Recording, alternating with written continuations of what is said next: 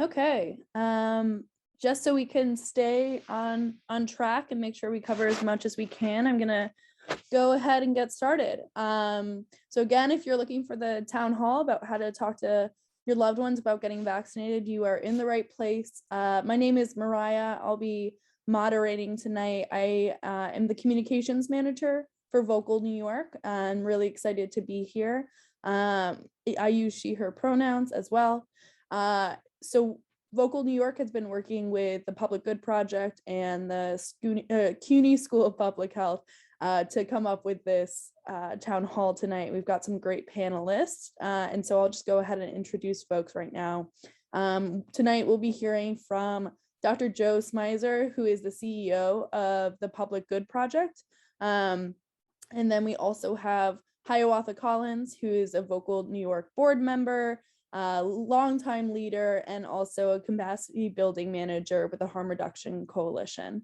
We will also hear from Dr. Julian Watkins, who's the health equity advisor with the New York City Department of Health and Mental Hygiene, and also Fung, who is a vaccine outreach worker with the Union Settlement. So we'll be hearing from all those folks today in various ways. But before we get into kind of our program, I just wanted to go over some housekeeping rules. This session is being recorded and we'll be able to provide the recording after the fact. So if you'd like to share it with anyone in your network or who might find this helpful, that will be an option. We also have resources that might be helpful throughout the presentation. And so I have Hannah and Laura, who have been working on this with me, who will be in the chat to try and answer questions, provide resources, things like that. So feel free to use that chat option and someone will be monitoring it. We did have pre-submitted questions entered upon registration.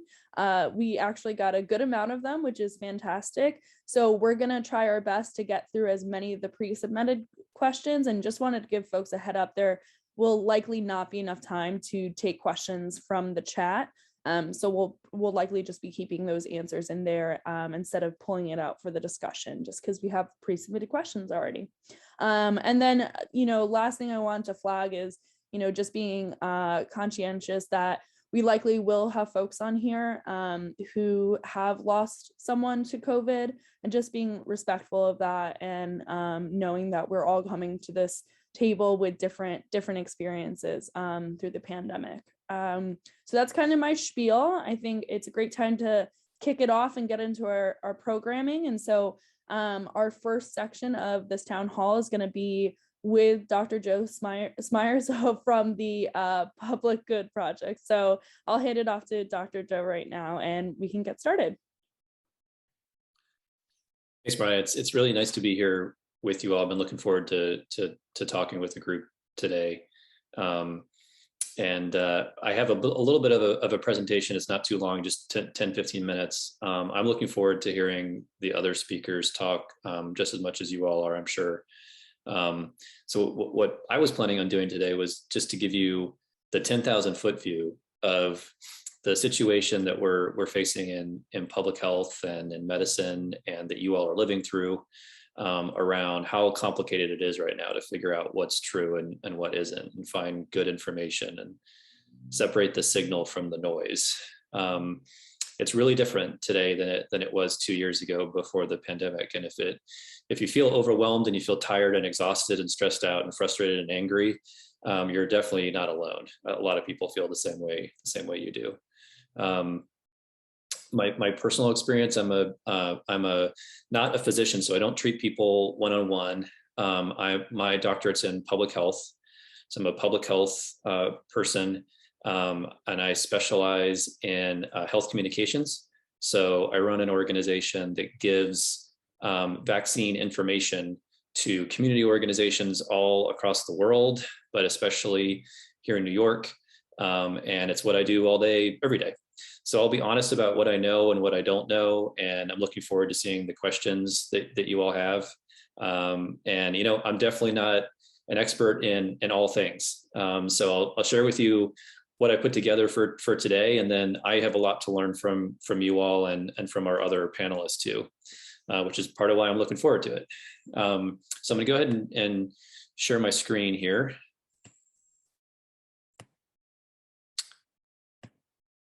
Okay, can everybody see the screen all right? Yes. Okay, great. All right.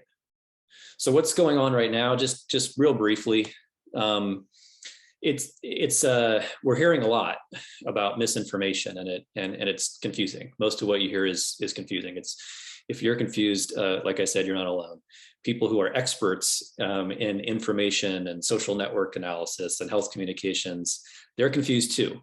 It's a totally different world than it was before the pandemic hit. And part of just level setting for today is I just wanted to put this slide up because I think it's really important to separate what we're calling misinformation and disinformation, which are terms I know everybody here has heard before, from real legitimate concerns that people have.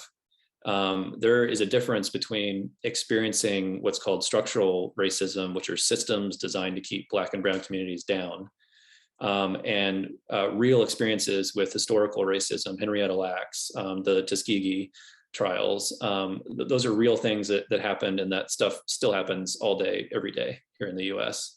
A lot of people have personal experiences, bad experiences with the healthcare system, with physicians, with medicine, with public health.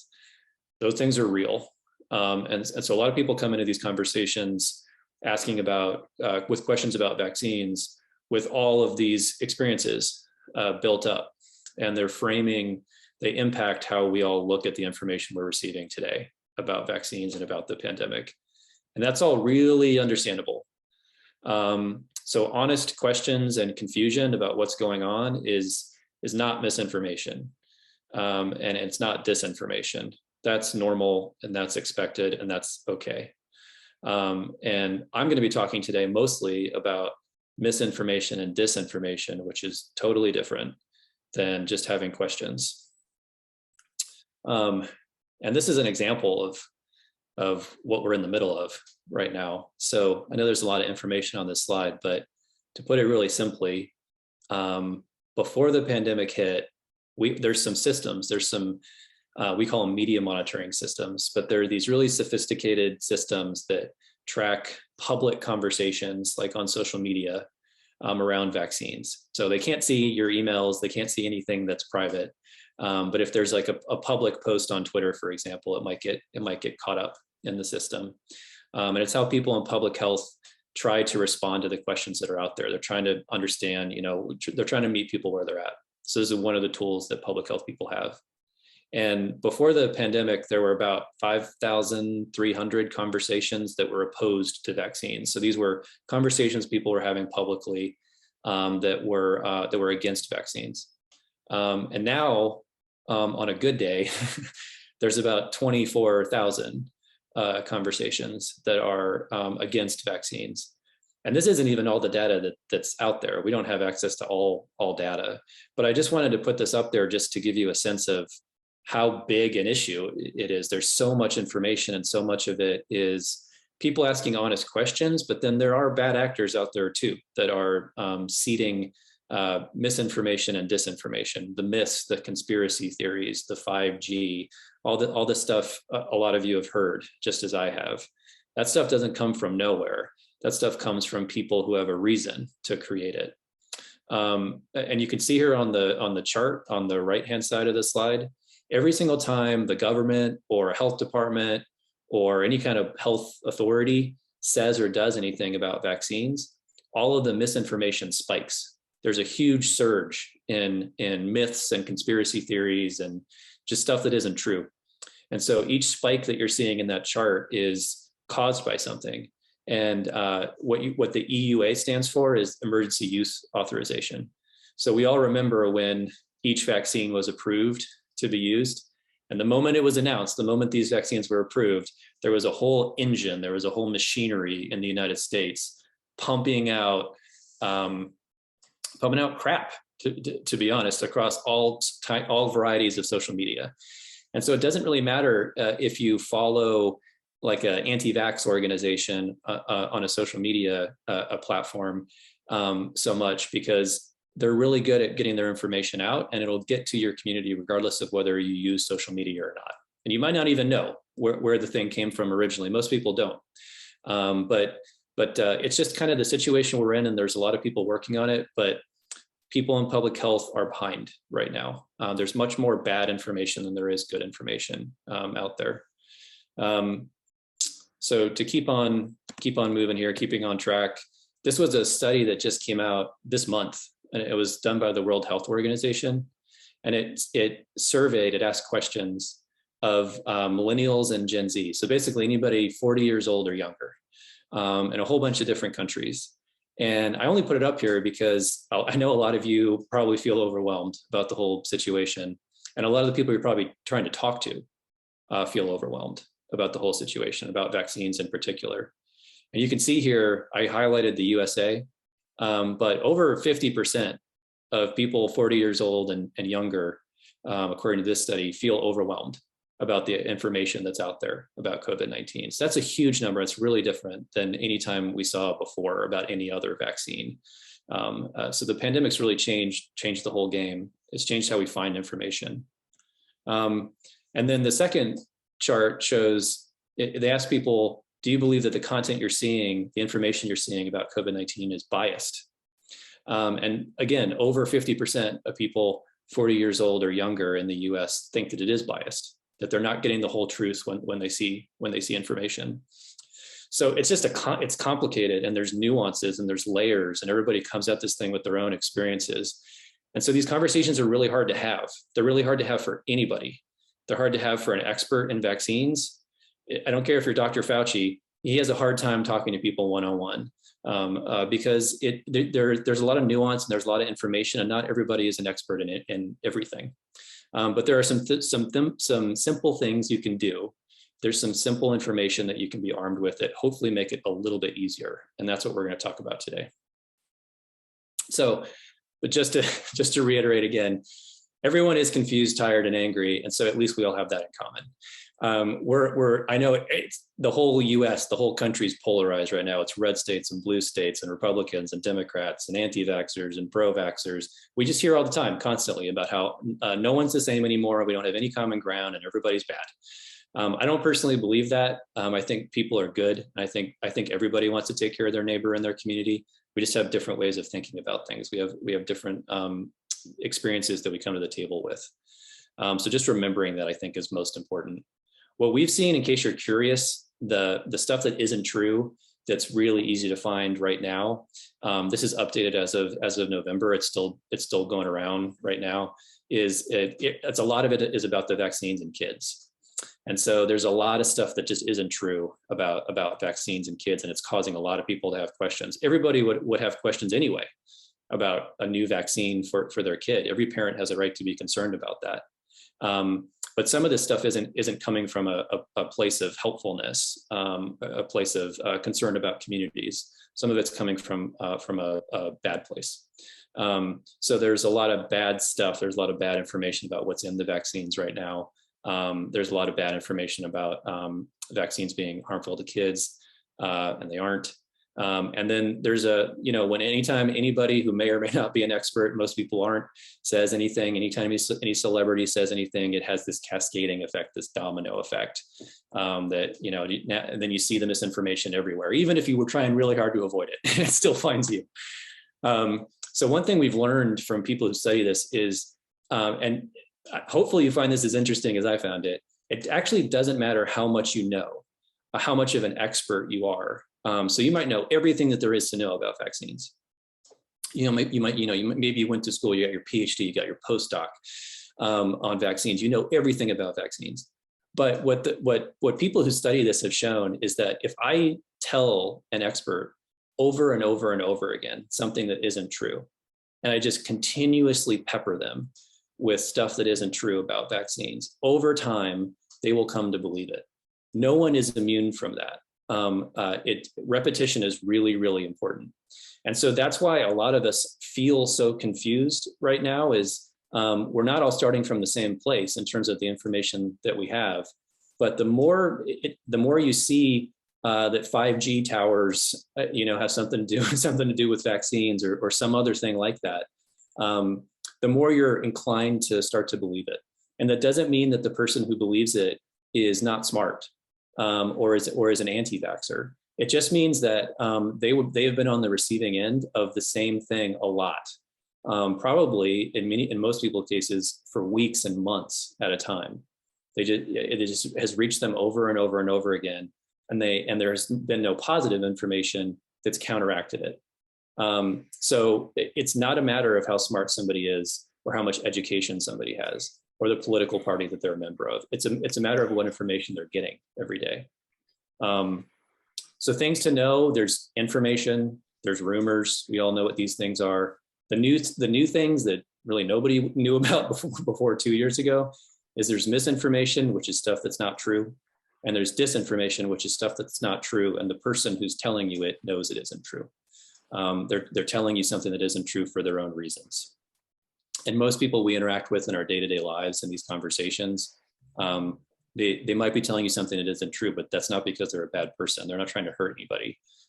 They just heard something that isn't true. So we all hear all the time now about two realities: red states and blue states, Republicans and Democrats, anti-vaxxers and everybody else. I just wanted to share that this is affecting everybody.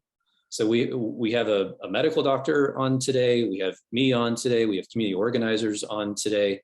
We're just like you. We're people who have training in different areas, just like you do, and who are trying to navigate this pandemic just like you are.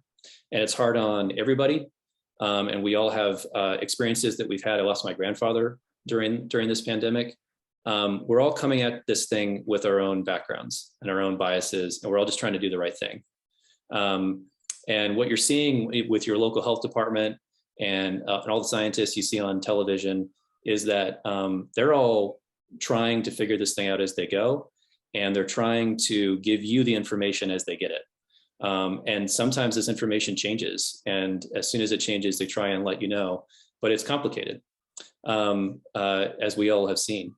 So what we found in this landscape where everything changes all the time is that profit, politics, and power are really behind a lot of the stuff, that isn't true about vaccines, and a lot of the stuff that gets to your aunt or your uncle or your niece or your nephew or your neighbor that they're repeating to you when you're trying to have a conversation about COVID-19 vaccines. A lot of the things that they're hearing are driven, and again, I'm not talking about driven from real personal experiences and really, really good reasons to be skeptical. I'm talking about the stuff that's that we're all hearing and seeing that's coming from some other kind of place. So we're looking at, we see people choose facts for their own reasons. We're a lot of fake experts out there that really don't know what they're talking about. There's a new thing that we're seeing going on where we have anti-vaxxers showing up to Black Lives Matter marches and meetings and trying to get Black and brown communities to distrust public health and medicine. Because they look at those communities as being vulnerable. And these are typically white anti-vaxxers. And then we have value baiting, which is, oh, you believe in freedom. Well, you might not have known this, but not getting vaccinated is a representation of your freedom. So there's a lot of people and a lot of organizations that, for their own reasons, those reasons usually being profit, politics, and power, are trying really hard to get people not to get vaccinated. And so just being aware of that, I think, is really, really important. And not everybody, and your public health people and your medicine people are trying to figure it out just like you are every day. And there's all kinds of new groups out there. So it used to be the person who would incorrectly tell you there was mercury in vaccines, or who would incorrectly tell you that vaccines were linked with autism, all those myths that have been out there forever. But there's new groups. There's white supremacists that are deliberately spreading anti-vaccine misinformation. There's foreign governments. There's some of our own politicians, more and more of them. There's conspiracy theorists. It's a whole new dynamic.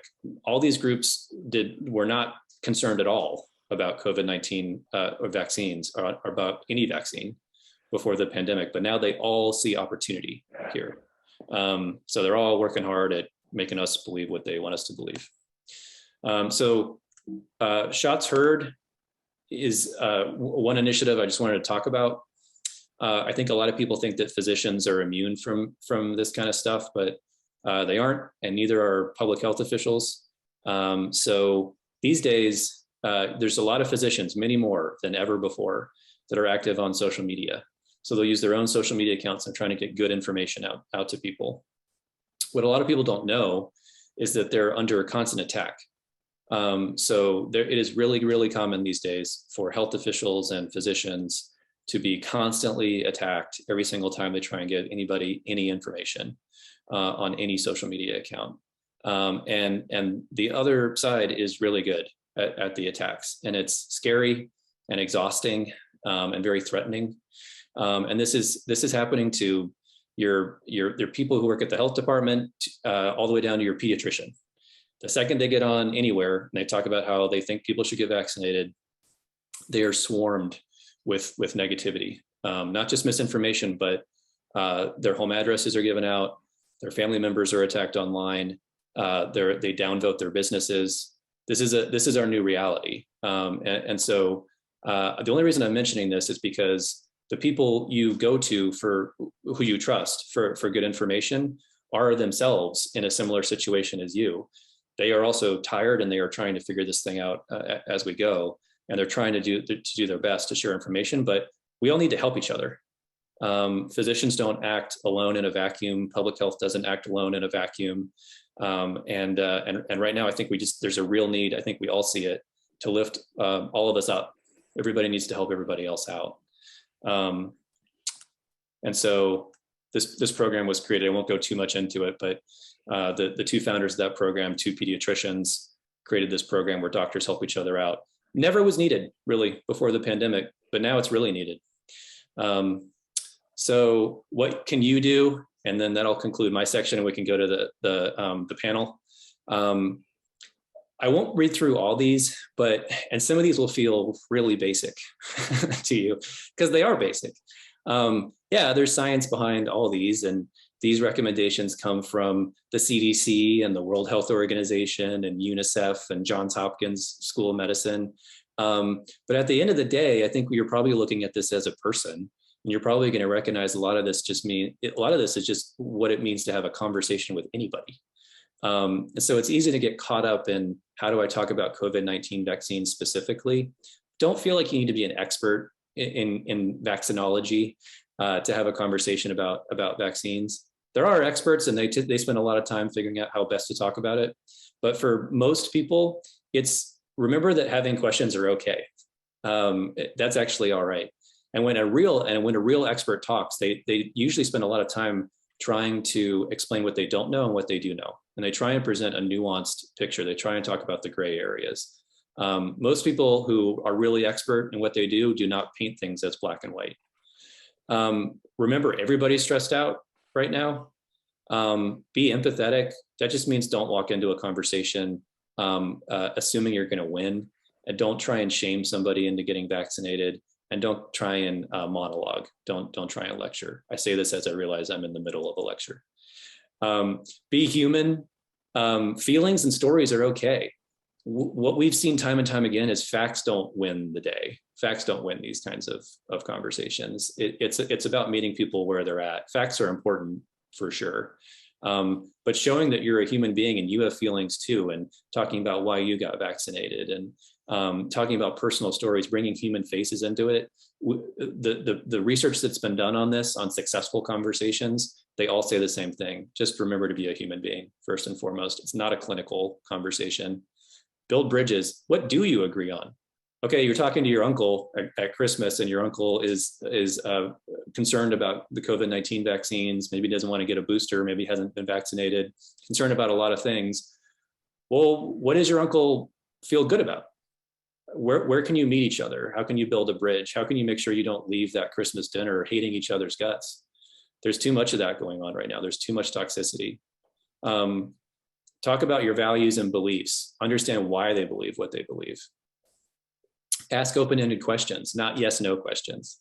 Try and really get into why the person believes what they believe. What's the motivation for what they're doing or not doing? They're a human being. They're not a villain. And if they're your family member, remember that family is the most important thing that there is. Families and friends are more important than COVID-19, more important than the pandemic, more important than public health. It starts and ends with family. Try not to interrupt, try to remain calm. It can be hard. I'm speaking from personal experience, but it's important. Talk about what they will do. Like I said earlier, everybody actually wants to protect everybody else. People are not bad by nature. People have to learn hate. So everybody wants to protect somebody else. And what are they doing to do that?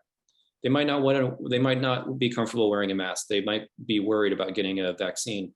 But I'd bet a lot of money that they are doing something to protect their family and their neighbors and their coworkers, because everybody is.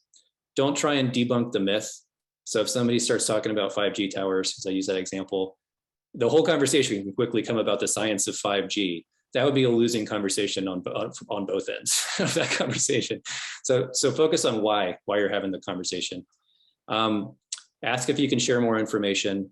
Don't just assume that they're going to want some links or some reading materials. Ask if you can help. Maybe they want help making an appointment. And then don't get discouraged. In public health, the science shows for something like helping somebody to stop smoking, you need to reach them at a minimum of 15 times every 3 months.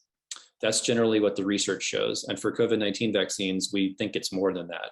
So you're not going to win this thing. You're not going to convince somebody in the first time you talk to them. It's a lot of conversations. It's a marathon, not a sprint. And I already talked about the don't. So I'll skip over this. Just remember, everybody's human, and at our core, we're actually all good people that are smart and care about others.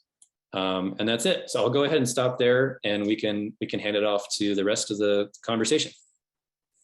Great. Thank you so much, Joe.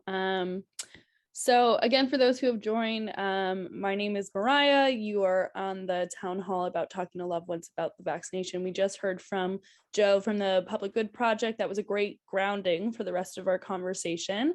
So next we're going to hear from our panelists, and generally I'm just going to go ahead and ask the question, and I pose it to all of our panelists, and I'll let them take it away. So really, we'd love to hear from all three of our panelists about the intersection of your work and talking about the vaccine.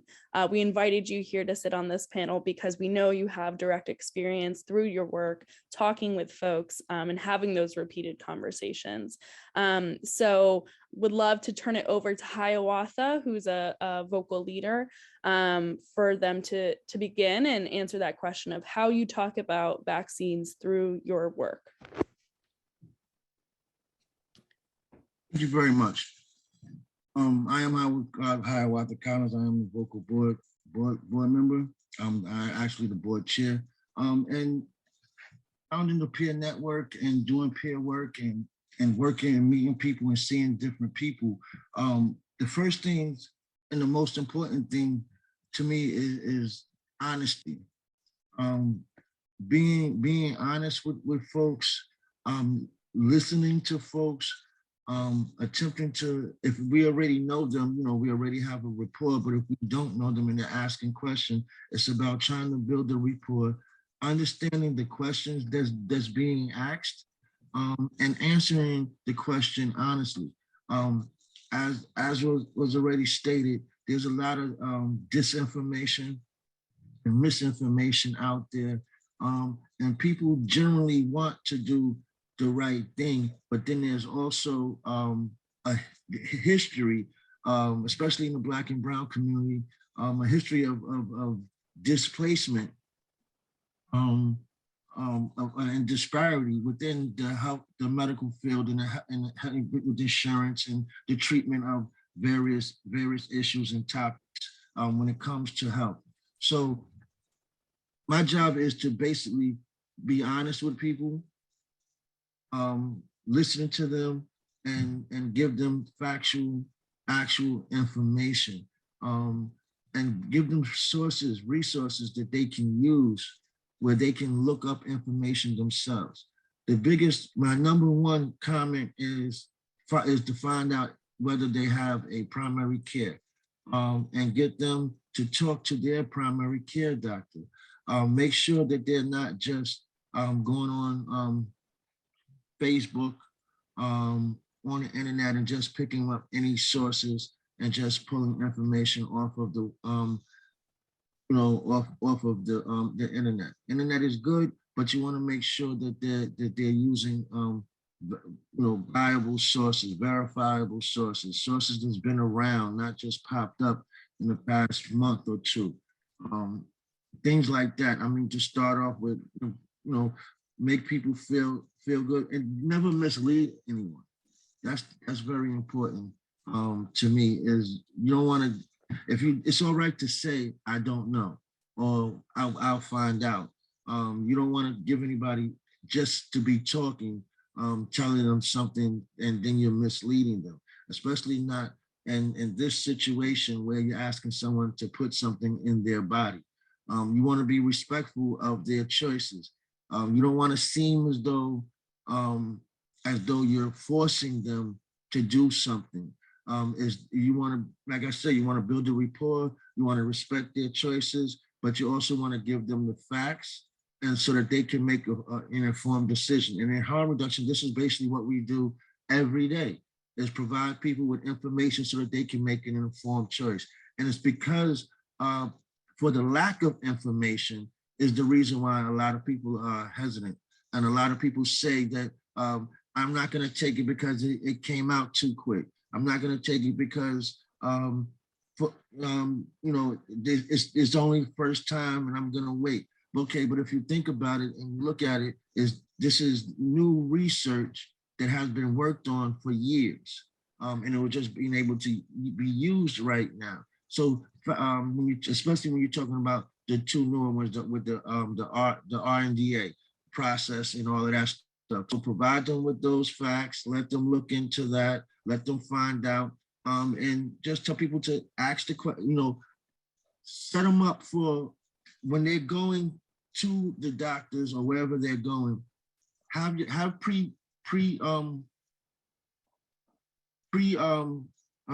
write your questions, so that way you know exactly what it is that you want to ask, so that way you don't have to panic when you get there. You don't forget. You already know what you want to ask, what you feel like you need to know about, so that way you make sure that you get your questions answered.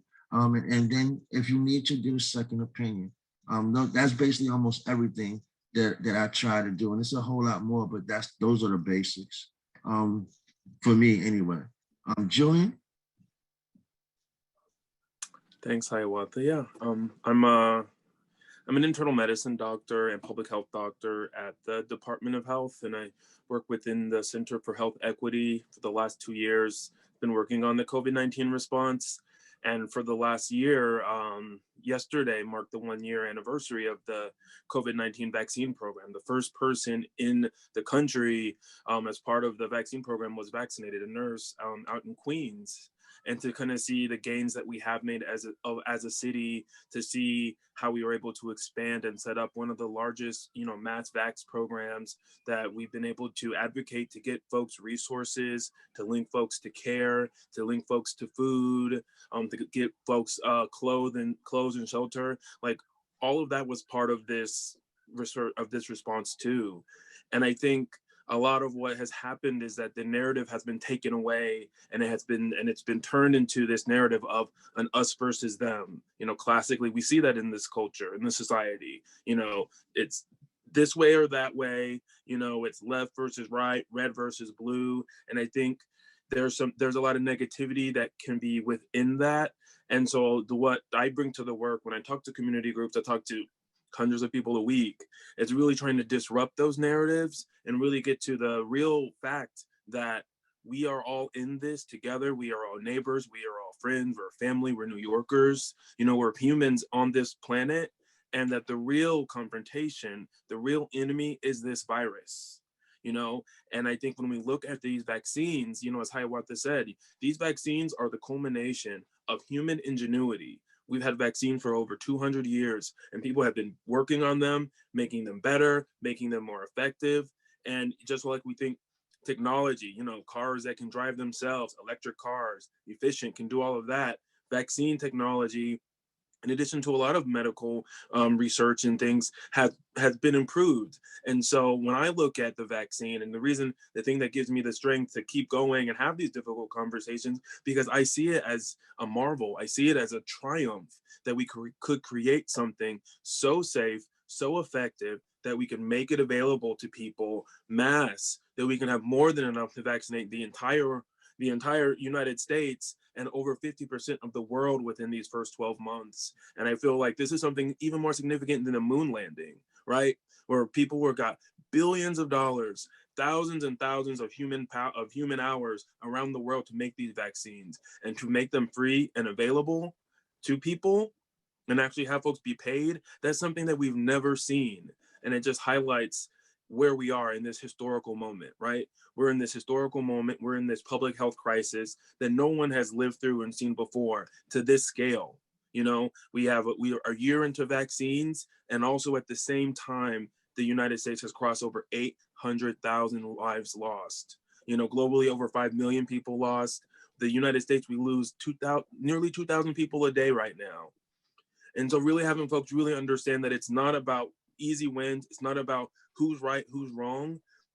It's asking folks, asking communities, asking folks to really consider what we can do to keep ourselves safe in the face of this crisis. As we go deeper into another winter, remembering last winter, and now we see the rise of a new variant that has evidence that it's even more transmissible than the Delta variant, which is causing all of this destruction for the last few months, even more transmissible, and may actually have some resistance against vaccines. But we do know that these vaccines are still holding up. And so, that's what I bring, and really offering a reframing and asking folks, we all have a place in this. We all have a voice, and it's finding your voice, finding the thing that gives you the strength to talk to folks, that brings you to the conversation that's not, I'm gonna win this, or I'm gonna outshine them, or I'm smarter than them, or I'm not. It's breaking through that, finding that voice, finding that narrative, so that you can actually have that connection, but also understanding and setting expectations that it can take time. But know that not every no is a never, and really having that grace to sit down with an open heart and mind to talk to folks and try to get to the heart of the situation, with some love and respect, and like really approaching these situations and these conversations, with that grace is really important. So I don't want to talk too long, because I could start preaching, but I won't. Yin, I'll pass it to you. Yeah, thank you. And once again, thank you for having me.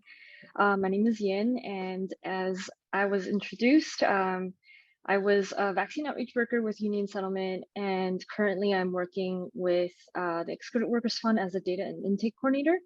And as we're moving on, come this next year at 2022, we are moving back into vaccine outreach working with the community again. So I'm very excited to do that. I first began working with Union Settlement between July and September for the first part of our vaccine outreach project. And we were mainly working through different types of direct services that we already had with Union Settlement, such as the food pantry that we had. We also did tabling and street events.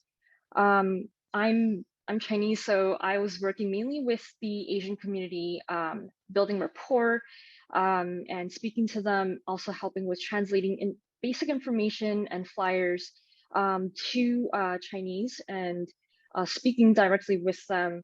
And surprisingly, a lot of the Asian community had been pretty quick with getting themselves vaccinated, probably even faster than me, which I was very happy about. But as we had mentioned before, a lot of the Black and Brown community members have been, talking to me about their concerns, their hesitancy about getting vaccinated. A lot of them were just wondering, just which part of the information that they were hearing was true and which part was just, hearsay. So that was something that we definitely had to work with a lot. One of the things that we definitely tried to do in order to build that rapport and build that understanding and trust between us, especially when trusting the CDC and any type of major organization dealing with the medical field has been an all-time low, is listening a lot, just hearing where they are, where they're getting their information from. We also joined in a lot of workshops, local workshops with local organizations who made a lot of effort collaborating with us to have these workshops through different populations, such as we had an elderly coffee table, which was a virtual program, and we had that at least twice. And we were just having a conversation with them, telling them some very basic information. We also did presentations with very basic information, directing them to the right sources, local hospitals, Metropolitan Hospital, Mount Sinai. They also had their own separate programs that we were also collaborating with them for. And that helped build some rapport because it was local. It was a lot closer to them than someone from a TV or local radio. And that helped.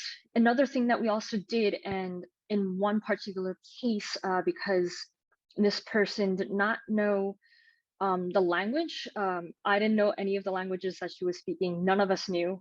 She didn't speak English, but in order to build that bridge to reach this person, we actually tried to hold a conversation through Google Translate, through different translation engines, and we made it. We built that rapport, we built that trust, to the point where she asked us to walk her to the Mount Sinai Clinic for her vaccinations for both of them, and then later on her flu vaccine. So that is one of the biggest ways we had to be on the ground, be with them in person, just again, listening, and then sometimes even giving them the courage to walk with them, set the example, modeling it.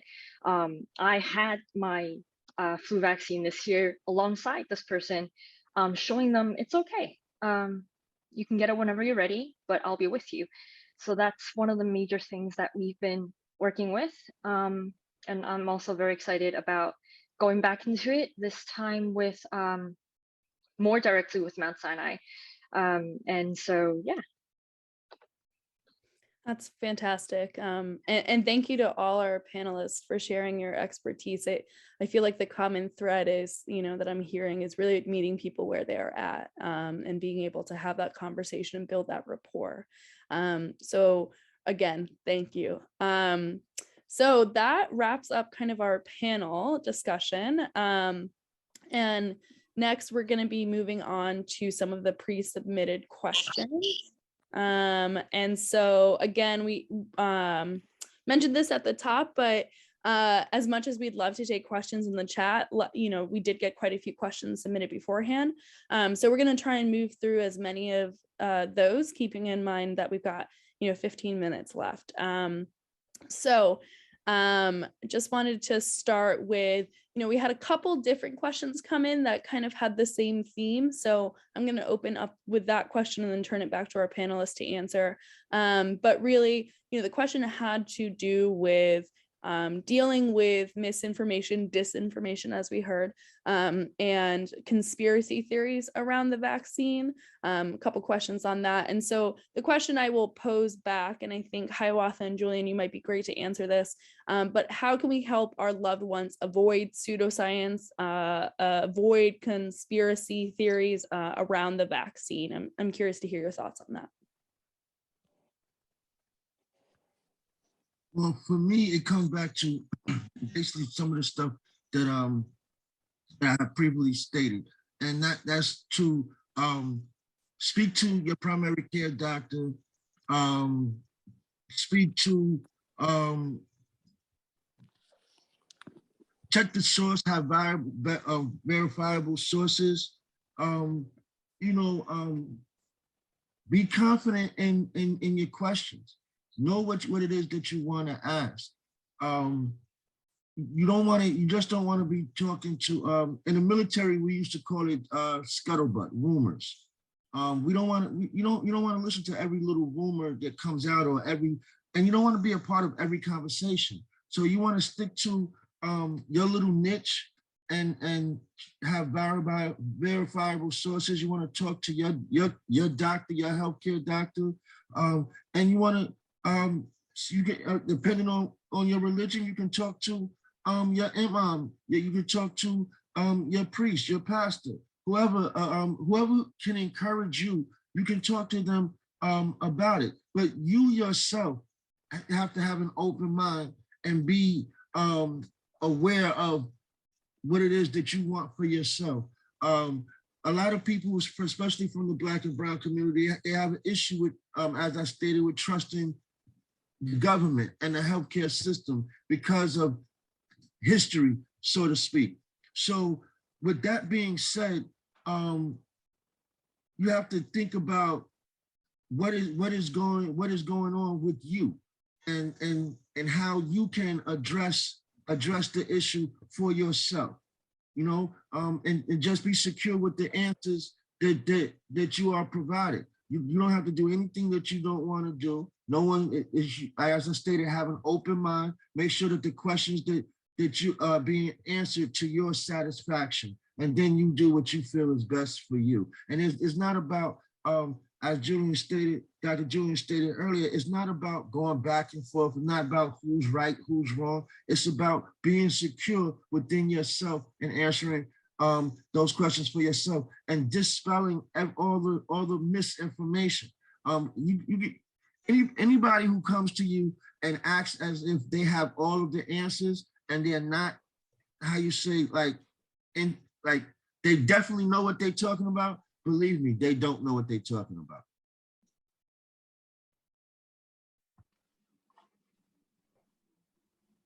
Awesome. Julian, do you want to? I think I'll say real quickly, I think, you know, living in this country, and we talk about misinformation and distrust in these systems, you know, we also, in this country, we've also all been subjected to the biggest disinformation, misinformation, and conspiracy, which is the belief in white supremacy. And so I think we really have to understand that that's where folks are coming from. And that's where a lot of these systems were created in. But I think now a lot of folks don't really know that, you know, there is a lot more diversity in these centers. And a lot of folks are working day in and day out to hold, you know, these systems accountable, to make sure that it is fair and equitable, and just really having folks understand that we shouldn't let some of these narratives that have been created and some of these other truths that have happened to block us from getting something that has been proven to be safe, effective, and life-saving in the face of such a major threat. Thank you for that. Thank you both. Really appreciate it. And so moving along, trying to fit another question in, we had a few questions submitted around this topic, basically around the topic of community safety and awareness. So whether folks have gotten their vaccinations or, you know, have not, and now think the pandemic is over because there are vaccinations, you know, but are just unwilling to see their personal choices and the impact it has on the community. How can we shift that perspective, right, of being less centric on personal choices and understanding the community value of getting vaccinated? I'm wondering, Joe, I think you talked about this a little bit, and if you have any thoughts on how we can shift perspectives on why the vaccine is good for our entire community.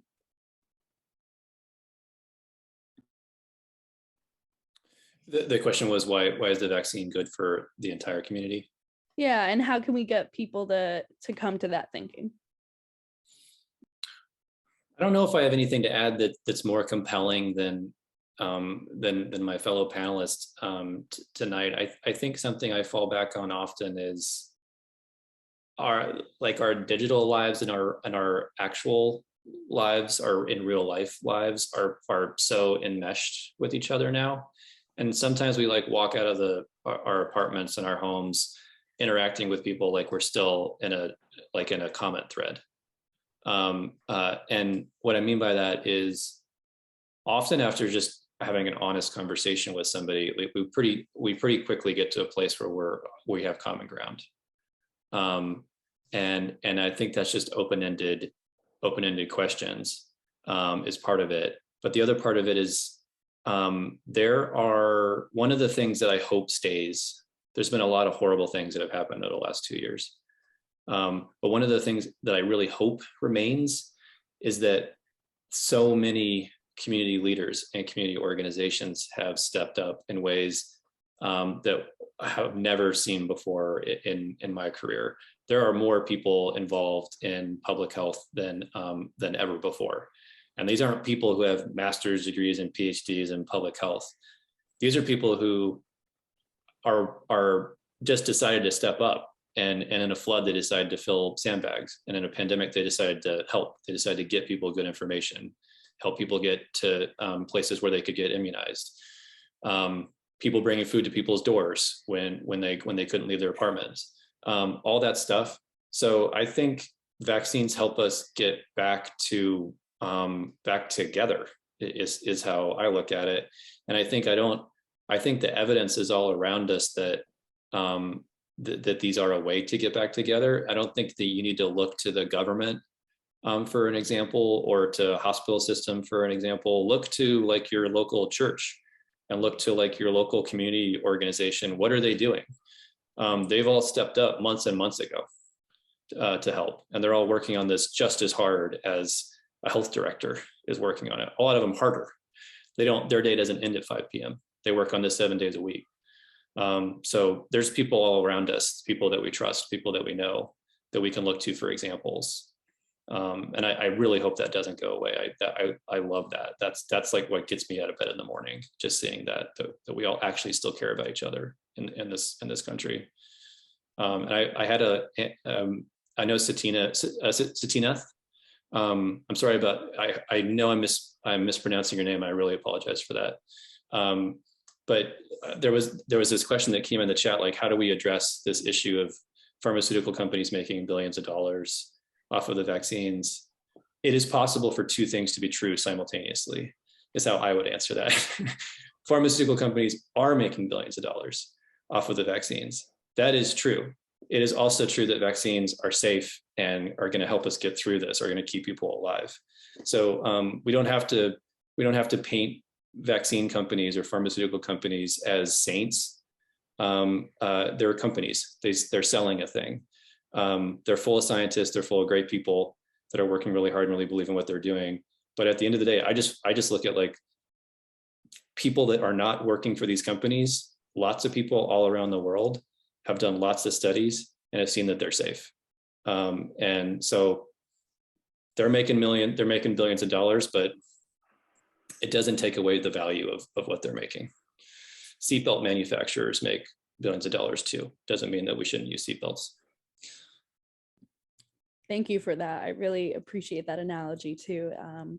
And so I'll just keep things moving. I know we've got 5 minutes, but I know Dr. Watkins did say he'd be willing to stay on for some of the nittier grittier medical questions. So I'll put that out there that it does sound like we're going to go a little past time, but we'll try and keep it moving. So so now kind of some of the individual questions that came through, and Yin, I think, I would love to hear from you on this too. And then if folks have something to add, we can go from there.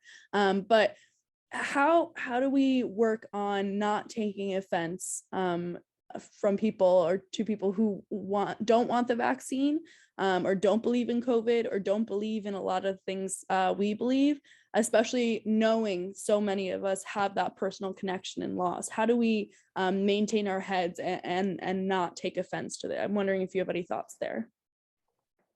Yeah, definitely. And I've had one too many, perhaps, of these conversations, especially out on the street, when we're doing tabling and when we're doing street events. Sometimes it's they're just not ready for that conversation yet.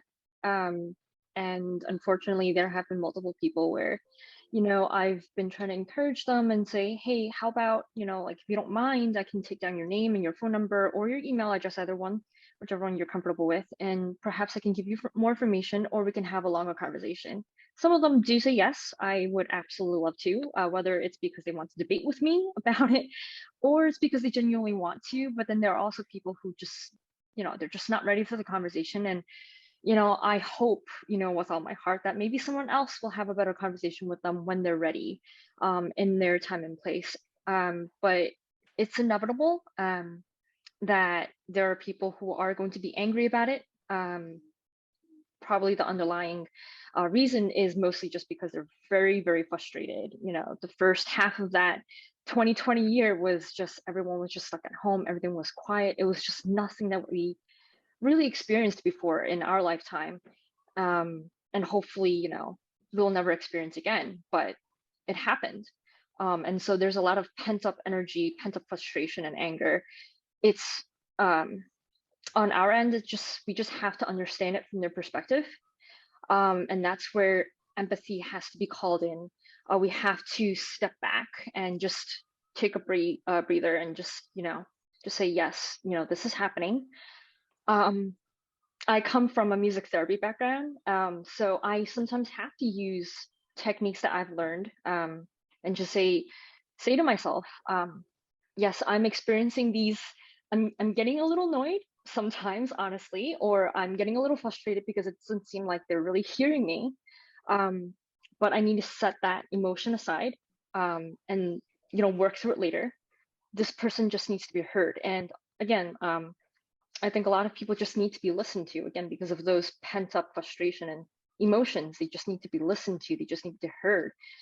And so what we did actually is to, when we can, write down their names and phone numbers or emails, and then create a list of people that we get back to and have deeper conversations. And from my own experience, there were even some times where I just did not even have a conversation about vaccine. It was just, how are you doing? How was your day? Oh, I heard that your kids are changing schools. How was that like? You know, it must be hard.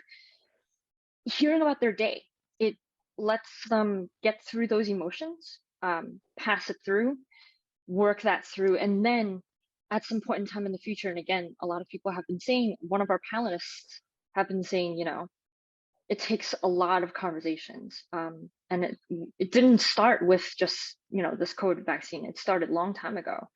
Much less this one. So it's going to take a lot of conversations, a lot of patience, and again, we just have to understand them. Absolutely. Thank you, Ian, for that. And I'll open it up if any of the other panelists want to add to it, or we can move to our next question. So just unmute yourself if you'd like to add. Real quick, I mean, it's very important, you know what I mean, to respect other people's points of views. The same way that you want to be heard and you want your points of views respected, whether you, okay, this is the thing that's very important. Whether someone decides to take the vaccine or not, whether someone is vaccinated or not, both individuals' points of views or their rights should be respected. Now, everything that me personally, that I've stated today had to do with being informed, getting the right information, not listening to misinformation or false information or anything like that. Everyone has to have their own sense of comfortability, and they have to reach their sense of comfortability. What works for me may not work for the next person. What information I may have needed, Dr. Julian may not have needed. May have needed more information or less information. Either way, but I was satisfied, I became satisfied once I got a certain amount of information. Everyone else was satisfied when they got some information. Some people didn't have to deal with some of the barriers and some of the disparities that comes along within society, and some other people do. And I don't know everybody's story, and nobody else knows everybody's story. But regardless, I want to be respectful of all people and all people's choices, and I want them to be respectful of mine. At the same time, I want people to do what they feel is right, when they feel is right, when they get the information for them. And that's the whole thing. Dr. Julian said it best. It's not versus us versus them, or me versus you, vaccinated versus unvaccinated. It's not anything like that. It's about getting people the information that they need so that they can do what they feel is safe and right for them. For instance, if someone is HIV positive and they know that some people went through the trials, Did they talk about the various strains of HIV? Did they talk about how it affects on this medication? There's certain medications if they have other underlying health issues. What questions answered? They was answered to satisfaction. They took the vaccine. There's no adverse side effects for anyone who has HIV and who's taking the vaccine. Applaud that. Beautiful. Whatever other cases may be, if someone's taking hormones and they're in the LGBTQI community, is there going to be any adverse reactions for them taking hormones or anything like that? No, they have any problems. All their questions got answered. They feel safe to take the vaccine. Everybody's life is different and everything is happening, and we just need to be respectful of everybody's choices, because all our lives are not 100% the same, and everybody's doing different things and have different questions. And we just want people to be safe, and we want to be safe for everyone. That's all. Yeah, thank you, Hiawatha, for that. Yeah, the aspect of respect, I think, has been kind of underscored through all of our conversations, but I'm glad that you were able to say that. And if it's all right with other panelists, I'd love to keep us moving. And so one of the questions we had submitted, I think would be perfect for Dr. Julian to answer. And so that was specifically about the impact on the vaccine on menstruation and the menstrual cycle. And another question that came in somewhat related was, you know, folks that are afraid of the vaccine because they're fearful they won't be able to get pregnant after taking the vaccine. So kind of two related questions. I'm wondering your thoughts there. Yeah. So the first question around menses, the menstrual cycle is can be influenced by a lot of things. Living through a global pandemic, the stress, the strain can have its own effect. But we do know that some folks who have been vaccinated have experienced some change in menstrual cycles. There's actually a lot of ongoing research from the National Institute of Health to kind of examine more some of the reasons that folks are experiencing some of these symptoms. But in general, it's not occurring, and even in those who it is occurring in, it's really rare, and it seems like it's not very long from some of the preliminary studies. So I think we'll learn more about what some of the mental changes can be, but I think all in the context of this very unique historical time that we're living in and the stress and strain that a lot of people who menstruate are going through, along with other folks who don't menstruate. In terms of complications or interference with fertility, the great thing about these vaccines is because of how they function in the body, they're in and out of the body within a matter of hours to days, especially the mRNA vaccines. And so knowing that the long-term side effects, that we're definitely much more reassured in terms of long-term side effects. You know, these vaccines don't contain heavy metals, they don't contain a lot of these other things that linger in the body and can have these long-term effects. The mRNA in the mRNA vaccines none of the vaccines interact with your own DNA, so it's not changing anything long-term. So definitely reassuring that there aren't those long-term effects. And then we do have all of the clinical trial data in animal studies. We have the clinical trial data for folks who are pregnant, wish to be pregnant. Some folks got pregnant after they got vaccinated, and there's ongoing and following people who are pregnant at the time of vaccine. A lot of research, a lot of folks are analyzing this, but everything has been reassuring so far. And all of the major healthcare institutions, you know, governmental bodies that make recommendations for clinical care are recommending that folks really consider vaccines, especially if they want to get pregnant, because we've seen when folks are pregnant, if they get COVID, they definitely are at higher risk and have worse outcomes for themselves and the babies that they're carrying. Thank you for that insight. And I think we'll actually keep it with you for this next question. And I will say this will probably be our last question, just so we can, you know, get people back to their lives after this. And so this last question was submitted and basically was about how to respond to the report of thousands of deaths from the vaccine on this VAERS site, which I had never heard before, but you're familiar with.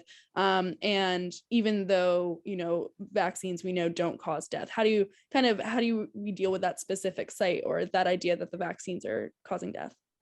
So the VAERS system, the Vaccine Adverse Event Reporting System, is a surveillance system that the CDC has been set up for even before the COVID pandemic. And it's something that as a provider, if someone who I vaccinated with other vaccines had an adverse event, you report to it. It's an open system where folks report, I got vaccinated and I submitted it to this. that VAERS system is really important for us as a way to identify possible side effects. And that's through that system, that's how we were able to find out about some of these really rare things that happen like at rates like 1 in a million, like blood clots, or some of the inflammation around the heart. So that VAERS system is really helpful to identify things so that researchers can investigate, call providers, talk to people who are reporting this and find out what's going on. But we live in the United States. People have weaponized it, and people have actually found ways to just report things that are not real, things that are unverifiable. But I think for transparency, it's important to know that it is a thing that people are reporting into, and a lot of people are reporting into it for a lot of various reasons. Some of them nefarious or, bad. Awesome. Yeah, that's super helpful to know and keeping in mind. Okay, so I think, knowing that we're at time, I did want to wrap up. I really wanted to thank all of our panelists, Yin, Hiawatha, Dr. Watkins, and Dr. Joe. Really, thank you for joining this and sharing your insight. I will say, we just, was the tip of the iceberg with the amount of questions we were able to get to. So here's what, our team can do for you. We will go through those questions that we weren't able to get through. We'll work on coming up with some answers, or at the very least, providing resources for you to follow up and, and get that question answered. So look out for more from us, and we really appreciate your time tonight. Thank you. I think, as we heard from folks, we're in this together, and it's been really great to have this conversation. And again, we appreciate your time. So I will flag that after this meeting closes, there will be a feedback form. So we're always happy to take feedback, and maybe down the line, we'll have another one of these conversations. So with that, I will close out and just say thank you again, and everyone have a nice evening.